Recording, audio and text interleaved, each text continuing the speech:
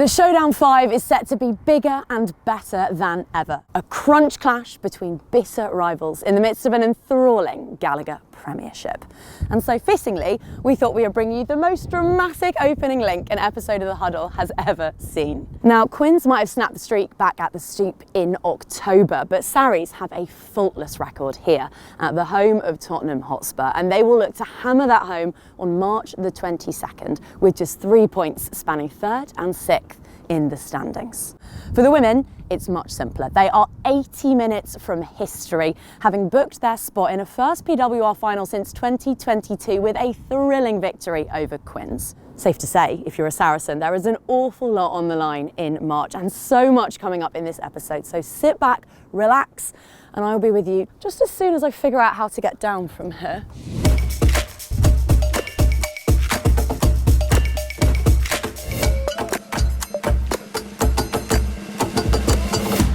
The magic of TV. I am back safely, happily, a little bit closer to sea level in our gorgeous studio at the Spurs Stadium with two wonderful guests in Premiership winners Ivan van Sale and Georgia Evans.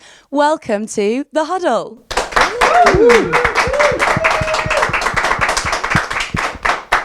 Goodness me, that was cheesier than I even thought it would be. How are you both doing? Very good, thank you. Excited to be here. Great to have you. Georgia, you played all 3 games in WXV and you've since put up over 1,000 minutes of bruising PWR action. So how are you doing? How are you doing it? Can we get you a coffee? Do you need a comfier chair? What's going on over there? I actually didn't realise that's pretty close to what I've been doing. But no, body feels good, mind feels great, in a really good spot, physically, mentally ready to rip into the last week with Saracens and hopefully end it on a high. So yeah, all good here. There's a new metric this year in women's rugby that you might have heard us talk about in commentary. It is literally fresh off the press, thanks to Oval Insights, and it's the nuisance metric. So it's basically how many times in a game you can be a nuisance to the opposition. And I just thought I would let you know that officially, as of the end of the regular season, you are the 3rd biggest nuisance in Premiership women's rugby. My parents are going to be so proud. That is all I've ever wanted. Very on brand, though. That is how you play the game. Yeah, it's they always say, like, what's your USP? And I always just say it's probably being quite a big pain to the opposition. But it's something that, you know, if it helps the team out, I'm happy to take that medal. So there we go, a world-class professional pest. Congratulations. Maro's got to be top of that stat for the men's game, right? Yeah, 100%. He probably world class at it, you know. Luckily, the rest of his game is world class as well. So the one complements the other. So it's brilliant, yeah. Well, Ivan, she's been slogging her guts out in the best domestic competition in the women's game. We've not seen you wearing boots since January. How have you been keeping busy? I mean, hey, look, someone's got to be paid to have their feet up as well, you know. So, yeah, I was fortunate enough to have 2 weeks off, go back home for the first time, able to take my little girl back home and meet the rest of the family and friends and all of that. So, yeah, it was a special time. But, yeah, we're back into it now, into a little mini pre-season before we go into the Showdown. So, the 2 weeks was really nice, but I'm paying a little bit for it now in this pre-season. So, but, yeah, can't complain. She is gorgeous, baby Olivia. She had her first game fairly recently at the StoneX, didn't she? She got all the stash by now. Yeah, she's got everything. When she was just born, like, everyone just kept on sending us Sari stuff, pink, black, whatever it was. So she really feels part of this family already. And yeah, it was nice to get out for her first game. As you mentioned, though, you have been hauled back into a little pre-season training block, and there's a bit of a rust bust on the horizon, a trip to Edinburgh. How important is that going to be for a group that haven't had all that much competitive rugby recently and have the Showdown and then the small matter of Welford Road on the horizon? Yeah, 100%. I think it's massive to have that game for us. Obviously, some of the boys played Prem Cup, but a lot of us, it's probably going to be like 7 weeks since I've last played a game, which is going to be nice. So having that one hit out before we go into the Showdown, which is going to be massive. And like I said, every single game leading up now is going to be important as close as this league is. So, yeah, being able to at least get a little bit of that rust off before we go into the Showdown is going to be important for us. And just what is it like when the internationals come back from the Six Nations? I can't even imagine the bounce that you get in everybody's step when it's training in the week. Yeah, definitely. Obviously, they're internationals for a reason, right? So they're quality players, and all around the England boys with Scotland, all over. So they gain valuable experience, and they come back and they just add to us as a team, and they just lift us in general, you know. So it's our job, the boys staying behind, to make sure that we're training hard and doing everything we can, so that when they come back, we sort of can meet at a pretty similar level and kick on from there. You were the flip side of that, Georgia, because you came back from WXV. How nice was it? And you can be honest here if it was actually exhausting. But how good was it being back in North London and just seeing everyone again after weeks away? I think it's really good when we all get back together. It's refreshing. You go away, it's intense, and it's an intense environment when you're on tour and you're away for that period of time. Coming back, it is like coming back to family, which is as cheesy as it sounds. But it's really good to get back. Everyone's had different experiences, and it's good to just like bounce off each other. And like you said, it gives training a little bit more excitement, and going into games, you're just excited to be in a different environment, but with the same family. What it does mean is that those internationals will be razor sharp, match fit as they come ahead of the big one. Showdown 5 set to be bigger and better than ever on March the 22nd. Here's a little something to whet the appetite.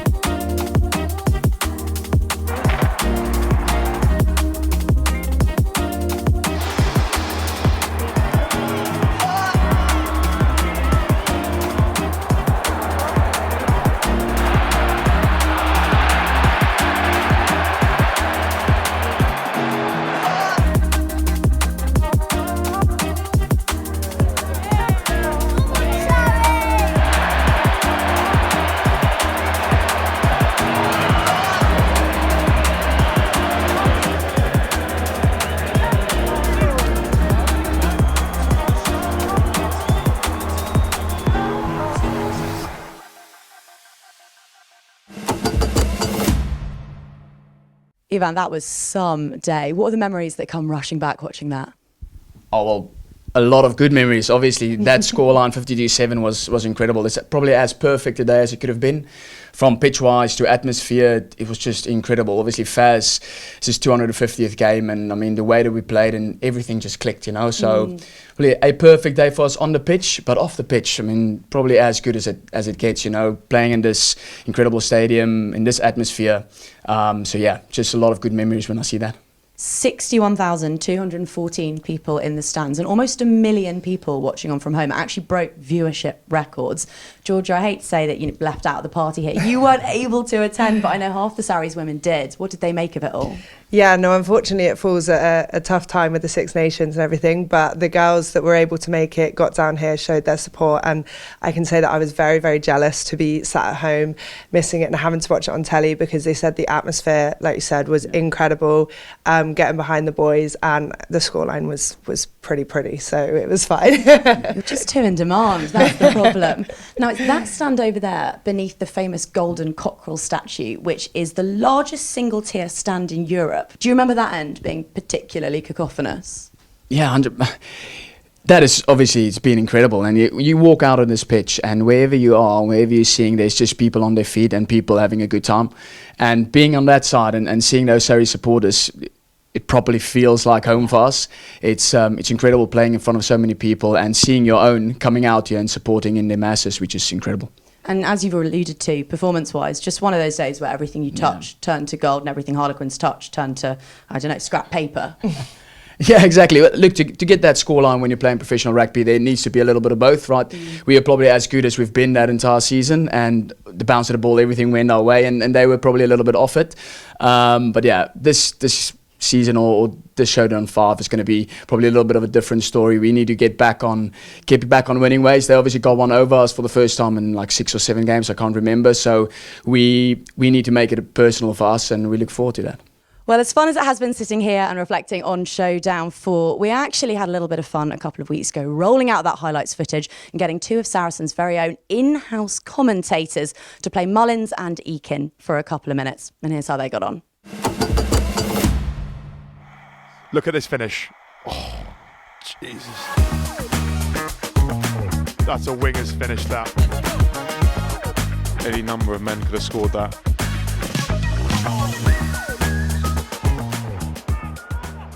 Oh, I just remember this try.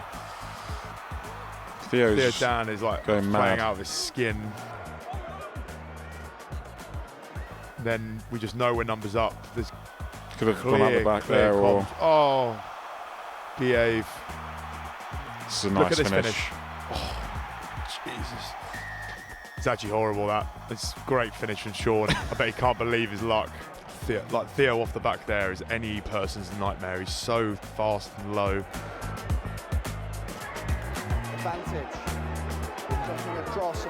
Another nice setup. It's a They're nice giving away setup. another You penalty. just think there, get like, there's your Billy again at the front. One of the great maulers. Theo scored. Another try. It's actually quite selfless for me, that. I should have probably just held on to that and scored myself, but that's no bother. I don't even know what the score is. I'm just going to have a quick look at the score. It's 29-0.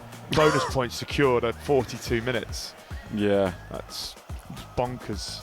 I think it's worth saying that normally games between Harlequins and Sarries are pretty competitive. Very so tight. if you're thinking of coming along to the game and you're a bit worried seeing last year's score and thinking it's going to be a bit one-sided, normally they're very tight. Good comms there again, nice from Nick. Just another see you later, another little offload inside ball try. Could have had 4 different scorers there. I always think that's a nice sign. We're flooding through. He's loving it. We're loving it. Nick with lovely dummy, lovely handoff from Nick, great strength. And Elliot on the outside, you just know he's going to make the right decision there. Goody just flattening up when he needs to. Beautiful stuff. Lewington had a great day. So pleased for him. Juan to Good. Wow. Nice try for Goody. And it's Goody recognition there, just on the outside. He knows the space is there. He's in the back, but you can see the space. He just flattens up, gets the ball there. Like a game of sevens at this point, isn't it? Juan on the edge. No, the road runner. Any number of men could have scored that. Gar on the inside. Jinxie's even up in support. Do you know what I liked as well? They panned to a lad in the stands. He had his rave shades on. He's off to the longest bar in Europe After the game. Stadium. He's probably going to have a couple of IPAs or something. I hope he does, because it's a day that deserves it. Was that our final try? That's our I thought final they would try. never end, actually. There was so many tries. Well, it's just a great day, and all I'd say is be there or be square. I think you got to be around that. It's a great day out. It's going to be pretty febrile out here on the 22nd of March, and there are going to be world-class athletes from all 4 corners of the globe taking to the pitch. Is there a head-to-head you are particularly excited about, Ivan? Obviously, Marcus will be at 10 for them, and I think he'll be looking forward to that opportunity to play at 10. And Ferg's coming back, and hopefully he's getting a chance to be international and play for Scotland as well. So I think that's going to be a massive matchup. And then obviously the back rowers always, we've got Juan, we've got Theo Mack, we've got all of these incredible players in our team, but same for them.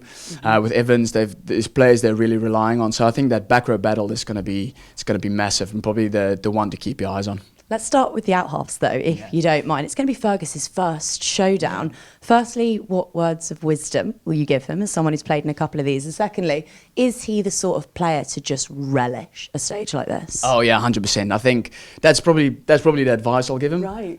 It's just go out and enjoy it. Like sometimes we forget how cool it is to just do it. Like to do this as a job, it's such a privilege. So when you run out, like just take a little second, take in how incredible this atmosphere is, take in the people being here and just having a good time and having the privilege of doing something that you've dreamed about your entire life. That's what you get to do. So take that in, and then he just needs to focus on himself, because he's been brilliant for us all season, and whenever he's getting the chance, he's taking it. So I'm pretty sure he'll do it again.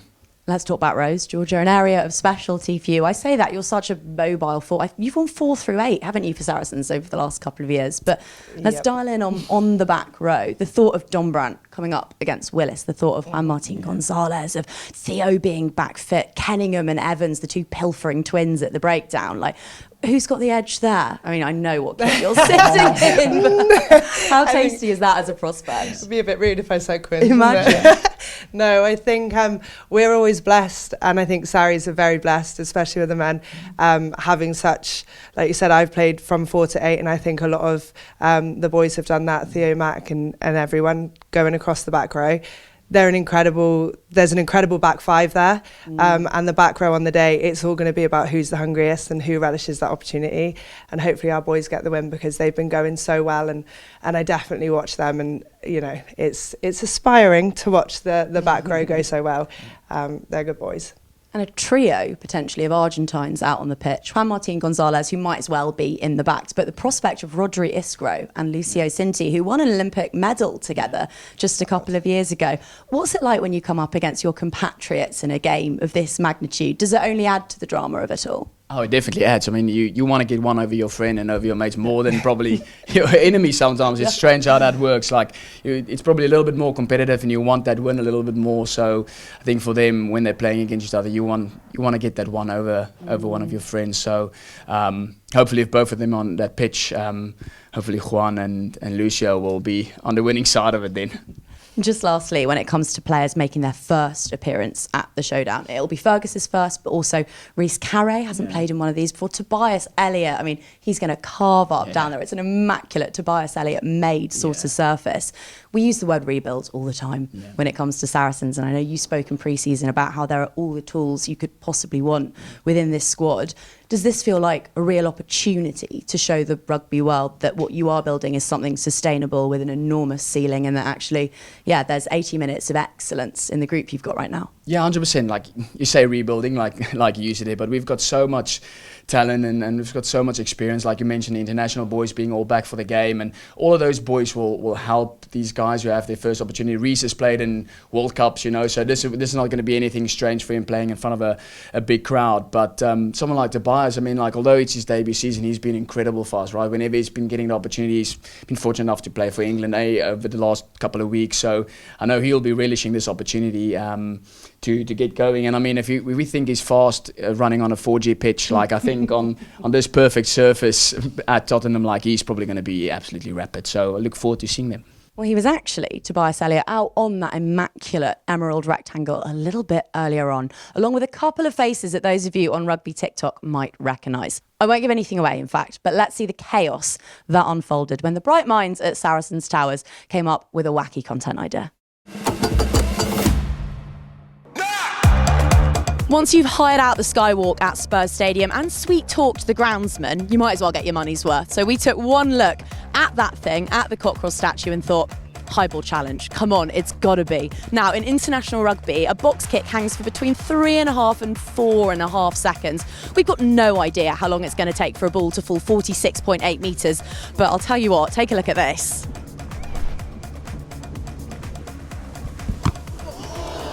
Rather them than me. Let's have a look at how our 7 lucky challengers got on.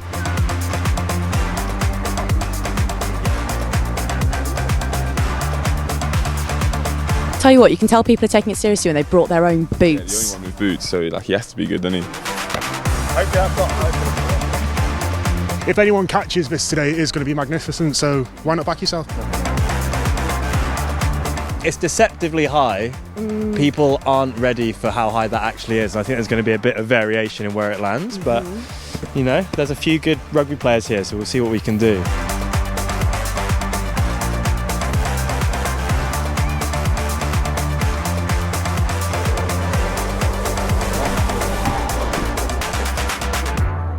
Ready? They might struggle to catch this one. You ready, Connor? Yeah.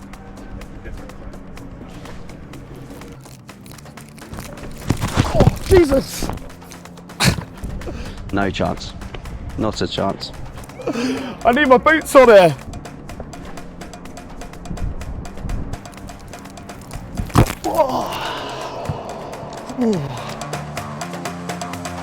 So close.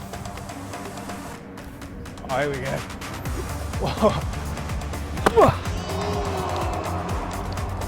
Nearly nailed it. Unbelievable effort. Flipping it. He's overrun it. I'm not going to get close to this at all. I've got a good feeling about Kai.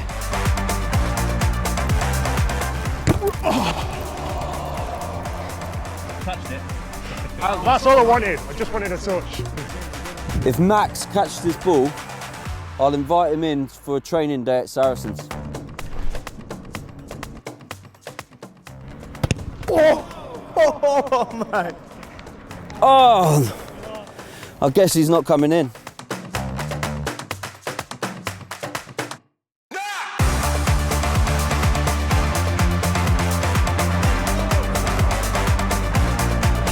got good energy, Alex.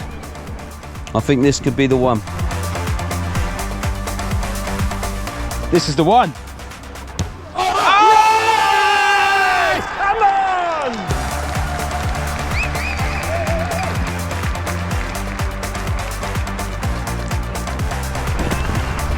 Outstanding. We had one catch all day, and it was yours. How do you feel?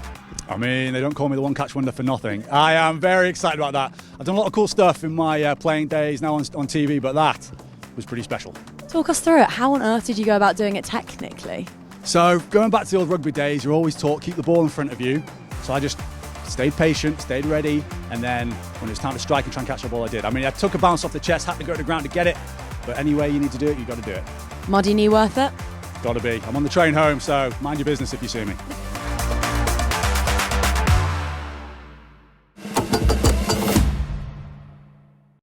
An absolutely brutal challenge, as I think everybody involved very promptly realised. How would you have got on, Ivan? Ball being dropped from almost 50 metres? If you watch any of the games that I play and I'm in the backfield, you'll realise I try and get the fullback over as quickly as possible. The moment I see one of them going for a kick. So Smart. if I'm there on my own, with no one chasing, no Freddie Short, no winger trying to jump over me, maybe I would have had a chance to catch it. Maybe, you know, like you saw how he fumbled it. Maybe I'll get lucky and it just bounces the right way. But if there was someone trying to put a little bit of pressure on me, probably not. Georgia? I think I'm going to leave them to the backs. The high balls is not my forte. It's the vertical dropping of it, I think, that is so brutal. Like, I'm sure you've received kickoffs, but you get that on a nice diagonal line. You've got a bit of time to run onto it. We've got a swirling breeze in here. And also, they'd all turned up in Converse All-Stars, which is not exactly athletic footwear. No, that's not going to help at all. Ridiculous. And they were under also a lot of pressure. There were about 18 lenses on them at any given moment, which is exactly how you were, Georgia, here comes the segue, in the PWR semi-final against Harlequins at the Stoneaxe. Eyes of the rugby world upon you, because we've never had viewing figures like we have done for this year's campaign, and it's deserved it because it has been frenetic. It looked 50 minutes into that game like you had them on toast, and then, my word, Quins came roaring back. Were you nervous? I'd be lying to say if I wasn't. It did get a bit scary at times. I think in them games it was always going to be an arm wrestle, and it was always going to go to the 80th minute, and we knew that when we went in at half time. We knew we were in a battle, but it was one of them things that we had to grind out, we had to fight for, and it makes it that much sweeter when we managed to get the win at the end. Katie Daly-McLean said in commentary, and she knows a thing or two about rugby, she said, at some point today, and it hasn't happened yet, but at some point today, Marlie Packer will do something extraordinary. Cue the hand of God moment from Marlie Packer and the juggle. Like, how much can you bank on her doing something like that when your backs are against the wall? I think we've got really special players in our team that come up with really special moments. And we've learnt not to expect or to wait for them moments, because we know that they're going to come. And when that happens, whether it's Jess Breach beating however many defenders to get that try, if it's Marlie charging down and picking that ball up, it creates that special momentum that you've then got to work to make sure that we get the rewards from it, because doing that and us not backing it up makes no difference. So we have to make sure that we do it for those special moments that Marlie makes, that Poppy makes, that our back three can do. And I think having them in your team is pretty good. You made a break that you wanted us to talk about, didn't you? And me. Can we get the footage of Georgia? There we go, yeah. We'll just paint over the footage of Georgia scorching up the 4G at the Stoneaxe. Out of curiosity, Ivan, who is the equivalent of a Marlie Packer in your squad when it's tight, when you need a big old swing of the momentum pendulum? Who normally pulls the rabbit out of the hat? I think there's so many players in our squad who's been incredible for us this season. I think Maro, I think we've been seeing what Maz has been doing even with England, but he's always one of those players for us as well, like big moment player, right? That's just what he does when we need it the most. Like, he's someone you can always rely on. Willis has obviously been in unbelievable form this season, so his performances throughout has been incredible. But we're very fortunate with the players we have in our squad, especially in that pack of ours. Boys who can just do incredible things, but have big moments. But still within our system and still within the way we want to do it. But if I had to pinpoint someone, probably Maro. Great shout. Well, it was a whole squad performance that got you through to the final of the PWR, first since 2022. And you could see from Jess's post-match interview how high the emotions were riding. So start with the negative side of this. How much has it stung the last couple of years watching on?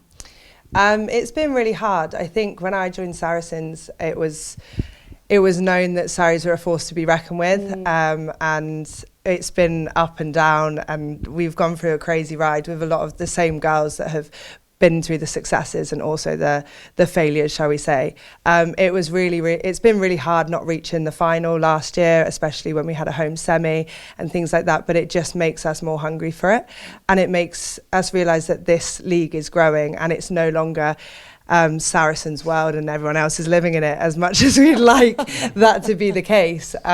We do have to work for it, and we have to make sure that week in, week out, we're getting better as people, players, and as a team. And I think it makes it all the more sweeter now that we can do it on home soil, and all our hard work is coming to fruition, hopefully. Gloucester Hartpury, your opponents, that's got to actually be the perfect outcome for you, because they are the side to beat. They're the back-to-back champions. They've now topped the table for 3 consecutive seasons. They say if you want to be the best, you have to beat the best. Like, you're going to have to beat the best to lift that trophy. So in a way, even though it's going to be a really tough 80, is that the 80 that you want? I think, like you said, it's perfect. And we went through a three-peat. The year I joined, we went against Harlequins in, I think it was 2020 or 2021. And they destroyed those chances and they took it away and they lifted the trophy that year. And we remember how that felt. And I think that's also like a driving factor of Gloucester going for a three-peat that no women's side has ever done as of yet. And how much sweeter would it be to lift the trophy and kind of take that away from them. But I think, alluding to what I said earlier, like, it's making sure that all our hard work isn't for nothing, and all our hard work is to lift the trophy at home. Gloucester have done it once and we've seen how exciting and how amazing it was, and to have that feeling for us would be pretty something special. So, Ivan, how much of a difference does home advantage make in a crunch match? Oh, it's massive, right? Just waking up in your bed first thing in the morning just makes a difference already. You know? Not needing to be on the road or spending the evening before with family and people that you love makes a difference already. But then when you're at home and you've got your home supporters, home fans, everything's just a little bit more familiar. And when you're under pressure, those little familiarities just makes a big difference and might just calm you enough in a big moment to make a better decision. So yeah, it plays a massive part. Ultimately, you still need to do what you need to do. You still need to be up for it. But there's a bit of a difference when you're at home. You seem to get there a little bit quicker than when you're away from home. Well, if all of that has made you desperate to get yourself down to the Stonex to watch Jess Breach score wonder tries, Marlie Packer whip out and intercept, Georgia Evans maybe make another break in front of the watching eyes of your soon-to-be international head coach, Sean Lynn, who coaches Gloucester Hartpury. There's so many subplots. I cannot wait. If that has made you think, I want to be there, then don't fret, because there are tickets still available, and we are going to have a go now at just persuading you to hop onto saracens.com and buy yourself a few of those. So my pitch is, it's the day after Super Saturday of the Six Nations.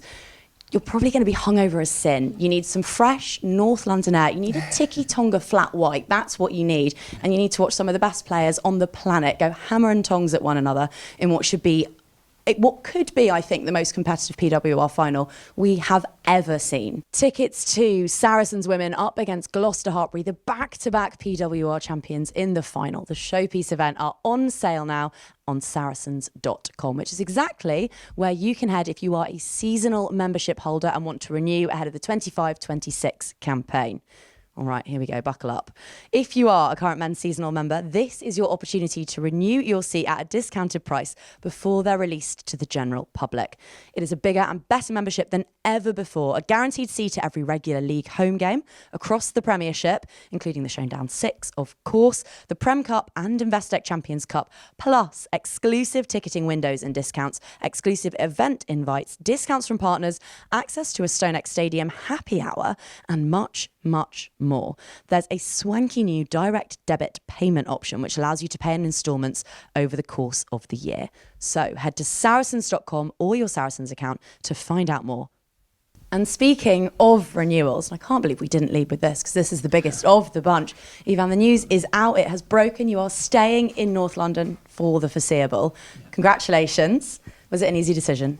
Thank you very much. Yeah, I think staying at Sarries is as easy as it gets. You know, I think we've been fortunate enough to to be a part of a little bit of success over the last 4 years I've been here. But where we are now as a club and personally for me and my role in this squad is really exciting and I'm loving it. So in terms of team environment and being a part of this group, it's probably been the most enjoyable it's been for me. When I joined Saracens, I sort of joined this really successful squad, right? Boys who've won 6 Premiership titles, 3 European titles, you know. So I joined that team and it was amazing joining them and being able to win a Prem with them. We're a little bit of a different team. My role in the team is a little bit different, but that just makes me really excited for the future. And I'm really happy to have signed on. And just how high is this group's ceiling, this group that you're weaving together at the moment? Oh, there's no reason why we can't do what that group before did. We've got all the players, but I think our mix at this stage is really, really good. And on top of that, just the team culture and the environment that we are creating at Saracens is something really, really special. I've been fortunate enough to do this for 10, 12 years now, and it's probably as good as it's ever been. I drive to the club every morning and I'm excited to see everyone. I'm looking forward to getting to the club and getting my day's work done, you know, like it's I'm happy and I love being here, and I think ultimately that as a foundation is massive for anything you do in life ultimately, but specifically as a rugby team we need each other and we are creating something special. Obviously rugby wise there's still a lot to grow for us, and building on that consistency and actually the way we want to play and all of this, we've been seeing it throughout the season so far, like some good, some bad, but I do believe that when we click and everything comes together perfectly, we'll be able to get our hands on some silverware. Exciting times indeed, but also something that I think we could reflect onto the women's programme, because Alex Osterbury has been so vocal this year, Georgia, in discussing the connections of the group. I think this is pretty much a direct quote: connections that go deeper than simply playing together. He says that off-field cohesion is better than it's actually ever been, in his opinion, up in North London. Is that a sentiment you'd share? Yeah, 100%. And I think I've been here a while now too, and this is probably the best year that we have come together off field. I joined in COVID year where we couldn't actually mingle. I didn't meet some of the backs until 6 months into my Sarries career. It was crazy time. So it's taken a little bit of time. We've had some ups and downs, and like we said, it's been a roller coaster ride, but we've got to a point now where we're in a very successful place and we've got a very successful squad who is tight. And I think a lot of that comes from those off-field challenges that you face, but also the off-field fun that you have. We've made sure, and it's been a big onus on us this year, to keep us together and tight. We've had loads of new faces come in and just add to the family. Yeah, I would share it, and I think we've seen Alex smile once or twice this season, so we'll take it as a success. Earlier on this season, Rosie Gallagher told me about Chocolate Club, which really captured my imagination, which, by the way, every Thursday, a nominated member of Chocolate Club has to bring in a niche or foreign chocolate bar for them all to sample and dissect and discuss. It's quite culty by all accounts. But it's not it's not the only club going on though, is there? There's loads of these little breakout groups. Yeah, we've got certain clubs within the changing room. I'm a little bit of a lingerer, go between them all. My favourite is always Chocolate Club. They always come up with a different game or a way to present their chocolate. There's been Deal or No Deal. There's been chocolate pong. There's been all sorts of things. So I think they're leading the way on clubs, but we've all got our little stations within the change room, which I like to just pick and choose when I can go between them. I'm a free agent, so I'm looking for a club if anyone wants me. So if the title you want is Chair of Chocolate Club or Chair of Coffee Club in the women's squad, in the men's club, it's FGB, right? Which is for the Freaking Good Bloke Award, which I know you won early doors in pre-season.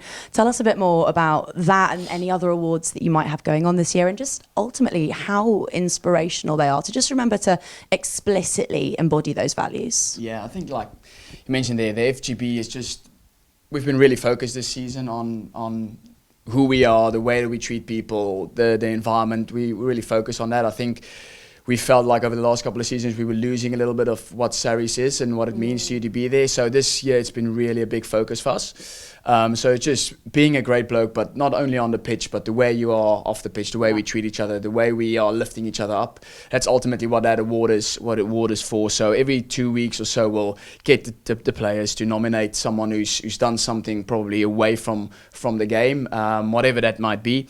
And then we've also got the Wolfman Award. So that's just basically to someone who's been really working hard, and that award gets picked by the coaches and something that they're seeing that's once again in Sarries DNA and the way we work and the way we fight. So I think once again those two things are just to really emphasize what people mean to the club. Ultimately, rugby is rugby no matter where you go, no matter what job you do in the world. It ultimately is just a job, but what makes it special is the people, and we need to celebrate the people. And these two awards, as small as they might seem to some people, I think within a group it just makes it a little bit more personal, and you can just put a name to something that's happened, and ultimately that just makes everyone more aware and makes everyone want to do better and help each other out more.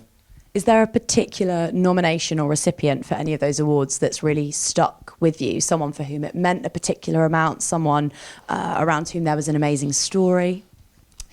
Yeah, you mentioned story. We've got another thing that we're doing currently at Sarries where we're sharing my story. So boys get the opportunity every week. Someone will be sharing a little bit about their story, make it personal, and how they've gotten to the club. So a lot of times when boys or even staff members are sharing their stories and really opening up, that makes it special, and it sort of leads to those awards a lot of times where we're like, well, they're being so vulnerable and open to this team. So yeah, like someone like Sam Spink, like he's won FGB, I think he's won it like 4 or 5 times already. So, and just a testament to like who he is. He's been unfortunate with injuries so far, a couple of niggles and not really getting going. But in his first year with us, he's won it 4 or 5 times, which is such a testament to him, you know. So it's just incredible. And then the Wolfman Award, just like we mentioned earlier, I mean, Tom Willis has just been incredible. Like he's just been racking up all the awards he can for this team. So yeah, those are probably the 2 standouts in terms of those awards so far this season. We've got some quick fires for you. You can keep these as quick or as long as you like. They're not too rugby based. Take them wherever you fancy. Georgia, this first one is for you. How do you keep your hair bow in, Georgia, and does it help you play better? It doesn't necessarily help me play better. I'm not someone who lives and dies by having to have a routine for game days and all that stuff. But the one thing that is always in my bag first is my hair bow. I've started wearing it when I first got capped for Wales, and it kind of has been the essential since. I don't know if it stays in the hair. I don't think it goes as far as that. It usually ends up down here with it just being everywhere. But it's on a bobble. I've got loads of bows. I like to give them out after a game if anyone wants them. So yeah, they're just on Amazon pre-order. They just keep coming. Georgia 10 at checkout. Yeah. Ivan, was it weird facing your former club Bulls in the Champions Cup? Yeah, probably the first time when we played them down in Pretoria.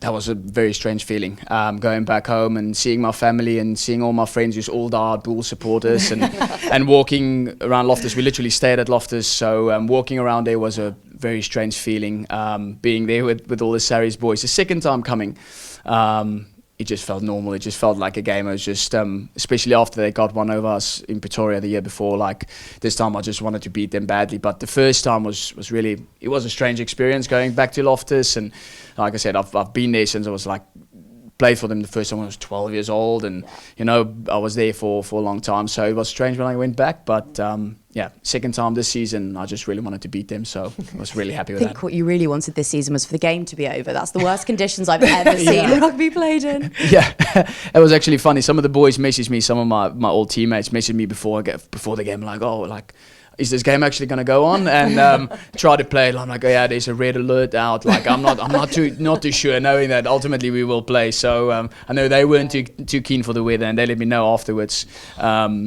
questioning how the hell am I living here. Yeah, it was good, and just really happy to get the result over there. Georgia, who is more annoying to play against, Marlie Packer or Poppy Cleall? Can I pick both in different aspects? Oh yeah, go on. If you explain your answer, you can. Marlie is a pain because she's just actually no, they're both the same level. We would wind each other up. We wind each other up when we play against each other in training. So playing against them in an actual game would probably end in absolute carnage. We all play very much similar rugby, on the edge. So I think it would get a bit niggly. In the grey areas. I love playing England.